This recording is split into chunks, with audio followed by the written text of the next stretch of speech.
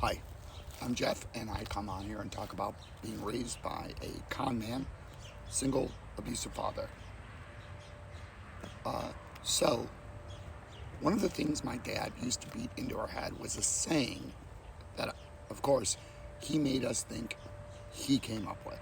And the saying was, fear of loss is a greater motivator than the opportunity to gain. Why that was important is because when my dad chose a mark, the person we'd be conning, or he'd be conning and we'd be helping with, what motivated them to do what we wanted them to do without them knowing they were doing it was the fear that they were losing something. If they didn't do what we wanted them to do, and this is all subconscious, they would lose out. Now, that runs contrary to what most people think, which is you con someone by making them feel like they're going to get something. My dad's approach was different.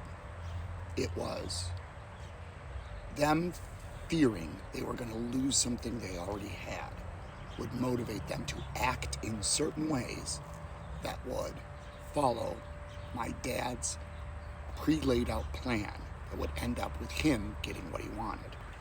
Now, as I got older, I found out that this is a psychological hypothesis called fear aversion, wherein losing something has literally twice the amount of emotional pain as gaining something gives you positive feedback in your brain.